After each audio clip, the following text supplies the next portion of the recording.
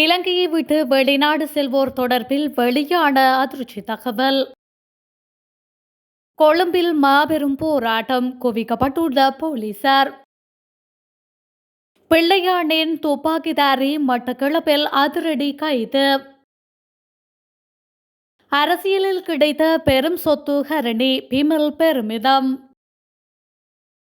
அரசு அதிகாரிகளுக்கு பிரதமர் விடுத்துள்ள கடும் எச்சரிக்கை. எதிர்க்கட்சி மீது பாரிய குற்றச்சாட்டை சுமத்தியுள்ள அரசாங்கம். எதிர்க்கட்சி எதிர்பார்க்கும் வெற்றியை நாமல் தனதாக்குவர், சஜித்தை சாடம் மொட்டு கட்சி. கம்மன் பிளவுக்கு எதிராக சிஐடியில் முறைப்பாடு.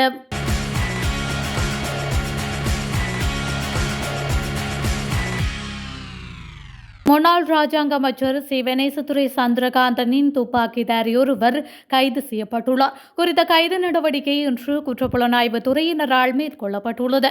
பிள்ளையான் திட்டமிட்டதாக கூறப்படும் கொலைகளில் தொடர்புடையவர் என்ற சந்தேகத்திலேயே குறித்த துப்பாக்கிதாரி கைது செய்யப்பட்டுள்ளார். சந்தேக நபர் மட்டக்களப்பு காத்தான்குடி பகுதியில் வைத்து கைது செய்யப்பட்டதாக போலீசார் தெரிவித்துள்ளமையும் குறிப்பிடத்தக்கது. அனைத்து பல்கலைக்கழக பிக்கு மாணவர் ஒன்றியம் கொழும்பில் பாரிய போராட்டம் ஒன்றை நடாத்தியுள்ளது. புதிய கல்வி மறுசீரமைப்புக்கு எதிர்ப்பு தெரிவித்து குறித்த போராட்டம் இன்று பத்திரமுல்லையில் அமைந்துள்ள கல்வி அமைச்சுக்கு முன்பாக நடாத்தப்பட்டுள்ளது. இந்த நிலையில் கல்வி அமைச்சுக்கு முன்பாக போலீஸ் பாதுகாப்பும் பலப்படுத்தப்பட்டுள்ளது. அத்துடன் கலக்கமடக்கும் படையினரும் தயாராக இருப்பதாக தெரிவிக்கப்பட்டுள்ளது. மேலும் நேர்தாரை பிரயோக வண்டியும் அங்கு நிறுத்தி வைக்கப்பட்டுள்ளமை குறிப்பிடத்தக்கது. முன்னாள் கடற்படை தளபதி நிஷாந்த் உலுகே தென்னவின் வழக்கை திசை திருப்ப உதயகம்பன்பில முயற்சிப்பதாக அவருக்கு எதிராக குற்றப்புலனாய்வு திணைக்களத்தில் சட்டத்தரணி அச்சலா நேற்று முறைப்பாடு ஒன்றை பதிவு செய்துள்ளார். இது தொடர்பில் அவர் ஊடகங்களுக்கு கருத்து தெரிவித்த போது, உலுகே தென்னவினால் கடத்தப்பட்டவர்கள் மற்றும் காணாமலாக்கப்பட்டவர்கள் தமிழீழ விடுதலை புலிகளுடன் தொடர்புடையவர்கள் எனவும் தொடர்ச்சியாக கம்பன்பில பொய் குற்றச்சாட்டுகளை முன்வைத்து கருத்து தெரிவித்து வருகின்றார். கடத்தப்பட்டவர்கள் மற்றும் காணாமலாக்கப்பட்டவர்களில் முப்படை அதிகாரிகளின் பிள்ளைகளும் அடங்கியுள்ளனர். குறித்த பிள்ளைகளின் பெற்றோர்களும் என்னுடன் குற்றப்புலனாய்வு திணைக்களத்திற்கு வந்திருந்தனர். அதில் மூவினத்தை சேர்ந்தவர்களும் இருக்கின்றனர். கம்மன்பிலவின் சில கருத்துக்கள் இனவாதத்தை தூண்டி குழப்பத்தை ஏற்படுத்துவதாக உள்ளது. அதோடு அவர் இந்த வழக்கு தொடர்பில் 2017 ஆண்டு முதல் தொடர்ச்சியாக பல கருத்துக்களை கோரி வழக்கை திசை திருப்பும் முனைகின்றார். இந்த வழக்கு பொல்காவெல நீதிமன்றில் நடைபெற்ற போதும் அவரின் கருத்துக்களால் சாட்சியாளர்களுக்கு பெரும் அச்சுறுத்தல் ஏற்பட்டது. அவ்வாறான நிலை கொழும்பில் நடைபெறும் வழக்கிலும் ஏற்படக்கூடாது என்பதே எமது நோக்கமாகும் என அவர் குறிப்பிட்டுள்ளார். பொதுகிர பகுதியில் நபர் ஒருவரை கடத்தி கொலை செய்த சம்பவம் தொடர்பான விசாரணைகளுக்கு அமைய உலுகேதென கைது செய்யப்பட்டார். சம்பவம் இடம்பெற்ற காலப்பகுதியில் சந்தேக நபரான நிஷாந்த உலுகேதென கடற்படையின் புலனாய்வு பிரிவின் பிரதானியாக செயற்பட்டதுடன் கடத்தப்பட்ட நபர் தடுத்து வைக்கப்பட்டிருந்ததாக கூறப்படும் சட்டவிரோத தடுப்பு முகாம் அவரது கண்காணிப்பில் செயல்பட்டுள்ளமை போலீஸ் விசாரணைகளில் தெரியவந்துள்ளது. கடத்தப்பட்ட நபர் பல நாட்களுக்கு பின்னர் சட்டவிரோத தடுப்பு முகாமில் இருந்து அனுப்பிய கடிதத்தை அடிப்படையாக கொண்டு விசாரணைகள் முன்னெடுக்கப்பட்டமையும் குறிப்பிடத்தக்கது. நாங்கள் மிக அன்புடன் பிரதமர் ஹரணி அமரசூரியவுடன் வேலை செய்கின்றோம் எனவும் அவர் எமக்கு அரசியலில் கிடைத்த பெரும் சொத்தாகும் எனவும் அமைச்சர் மற்றும் நாடாளுமன்ற சபை முதல்வர் பிமல் ரத்நாயக்க தெரிவித்துள்ளார். இது தொடர்பில் மேலும் தெரிவித்த அவர், அவருடன் மிக நெருக்கமாக செயல்படுகின்றோம். எமது அரசாங்கத்தை யாராலும் வீழ்த்த முடியாது. சஜித் மற்றும் நாமல் ஆகியோர் அழுது கொண்டுதான் இருக்க வேண்டியது. குறித்த 5 வருடங்களை சரியாக செய்த பின்னர் மீண்டும் ஆட்சியை நாம் பிடித்துக் கொள்வோம். பிரதமருக்கு அவருடைய அமைச்சை பார்க்கிலும் வேறு அமைச்சுக்கான கேள்விகளுக்கு பதிலளிக்க வேண்டும். ஆதலால் மொட்டு நாடாளுமன்ற உறுப்பினர் கேட்ட கேள்விக்கு காலம் கடத்தாமல் பதிலளிக்கும் முகமாகவே முதலில் வழங்கிய தகவல்களை குறிப்பிட தீர்மானித்திருந்தோம். அப்போது கூட அவர் என்னிடம் கேட்டார், தகவல்கள் சரியானவையா என்று. அரசாங்க நிறுவனங்களில் சிலர் இன்னும் இருக்கின்றார்கள். ராஜபக்சேக்களுடன் இணைந்து திருட்டில் ஈடுபட்டவர்கள். அவர்கள் தகவல்களில் அடங்கியுள்ள எண்களில் மாற்றங்களை ஏற்படுத்துகின்றார்கள். குறித்த தகவல்களை தயாரித்து அனுப்பியவரே சொல்லியிருக்க கூடும். பதில் வந்துவிட்டு கேட்குமாறு அதன் பிறகுதான் மஹிந்த சமரசிங்க அதில் இருந்த பிழைகளை சுட்டிக்காட்டினர். இவை சாதாரண விடயமாகும். 2005 ஆண்டு மஹிந்த ராஜபக்ஷ ஆட்சி காலத்தில் விலாசம் இல்லாமல் இருந்த ஆகையால் இரண்டாவது ஆட்சி கிடைக்குமா என எதிர்பார்த்த இவர்கள் சிறுபிள்ளைத்தனமாக நடந்து கொள்கின்றார்கள் என்று அவர் மேலும் தெரிவித்துள்ளார்.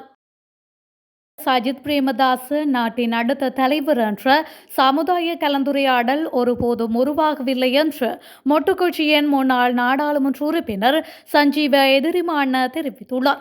அது அவருடைய தவறல்ல, இயற்கையாக ஏற்பட்டதாகும் என்றும் அவர் கூறியுள்ளார். தென்னிலங்கை தொலைக்காட்சி ஒன்றில் நடைபெற்ற அரசியல் விவாத நிகழ்ச்சியிலேயே அவர் இவ்வாறு கூறியுள்ளார். அங்கு அவர் மேலும் குறிப்பிடுகையில், ஒரு ஜனாதிபதி தேர்தலுக்கு முன்னரே நாட்டின் தலைவர் யார் என்ற சமுதாய கலந்துரையாடல் உருவாக்க வேண்டும். ஆனால் எதிர்க்கட்சி தலைவர் சஜித் தொடர்பில் அவ்வாறான கலந்துரையாடல் நடைபெறவில்லை. எனினும் நாமல் தொடர்பிலான கலந்துரையாடல் சமுதாயத்தில் உருவாக்கப்பட்டதல்ல. எதிர்க்கட்சி தலைவர் சஜித் நாட்டின் அடுத்த தலைவர் என்ற சம்பாஷணையின் காலம் 25 வருடங்கள் பழமையானதாகும். 1999 தொடக்கம் 2000 ஆண்டுகளில் தலதாத்து கோரல மற்றும் ராஜித சேனாரத்ன ஆகியோர் இதனை ஏற்படுத்தினர். அதனாலே ரணிலை விடுத்து அவருக்கு சந்தர்ப்பம் கிடைத்திருந்தது. அடுத்த ஜனாதிபதி சஜித் என்ற சமூக கலந்துரையாடலுக்கு 10 வருடங்கள் நெருங்க போகின்றது என்று அவர் மேலும் தெரிவித்துள்ளார். 2019 உயர்ந்த ஞாயிறு தாக்குதல்களின் உண்மையான குற்றவாளிகளை பாதுகாக்க எதிர்க்கட்சி முயற்சிப்பதாக அரசாங்கம் குற்றம் சுமத்தியுள்ளது. அரசாங்க பேச்சாளர் அமைச்சர் நலிந்த ஜெயதீஸ் இந்த குற்றச்சாட்டை சுமத்தியுள்ளார். இந்த நிலையில் எதிர்க்கட்சியின் செயற்பாட்டை அவர் ராஜபக்சவின் நிர்வாகத்தின் செயல்களுடன் ஒப்பிட்டுள்ளார். பிரதி பாதுகாப்பு அமைச்சர் அருண் ஜெயசேகர மீதான நம்பிக்கையில்லா தீர்மானம் குறித்து செய்தியாளர்களிடம் பேசிய ஜெயதீஸ் பதவியவரை நீக்க வேண்டும் என்ற கோரிக்கையை நிராகரித்தார்.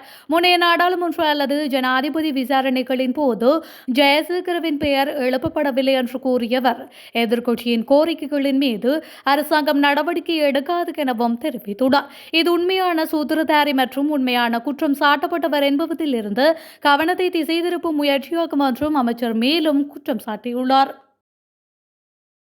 அரசாங்க பல்கலைக்கழகங்களில் இலவசமாக பட்டம் பெறும் மாணவர்களில் 50% அதிகமானோர் பட்டப்படிப்பு முடிந்தவுடன் இலங்கையை விட்டு வெளியேறுவதாக புதிய புள்ளி விவரங்கள் தெரிவிக்கின்றன. அவ்வாறு வெளியேறுவோர் மீண்டும் நாட்டுக்கு வருவதில்லை என ஒரு புதிய ஆய்வு வெளிப்படுத்தியுள்ளது. பேராதனை பல்கலைக்கழகத்தின் பேராசிரியர் வசந்த அத்துகோரில் மற்றும் லக்ஷ்மண் குமார் ஆகியோர் நடாத்திய ஆய்விற்கமைய இந்த விடயம் தெரிய வந்துள்ளது. விசேடமாக அறிவியல், விவசாயம் மற்றும் பொறியியல் துறைகள் கற்ற மாணவர்களின் இடம்பெயர்வு மேலும் அதிகமாக உள்ளதாக கண்டுபிடிக்கப்பட்டுள்ளது. 2023 ஆண்டில் இலங்கை அரசாங்கம் பல்கலைக்கழக கல்விக்காக 87 பில்லியன் ரூபாய் செலவிட்டுள்ளது. இந்த பணம் வரி செலுத்துவோரின் மூலமாக நேரடியாகவும் பல்கலைக்கழகங்களின் சொந்த வருமானம் மூலமும் செலவிடப்படுகின்றது. ஒவ்வொரு பல்கலைக்கழக மாணவருக்கும் அரசாங்கம் ஆண்டுக்கு 4 லட்சம் முதல் 1.4 மில்லியன் ரூபாய் வரை செலவிடுகின்றது. இலவச கல்வி பெற்ற மாணவர்கள் இலங்கையை விட்டு சென்றுவிட்டால் அதற்கு அரசாங்க செலவினை திருப்பி செலுத்தும் ஒரு பொறுப்புணர்வு அவசியமாகும் என ஆய்வாளர்கள் மேலும் தெரிவிக்கின்றனர்.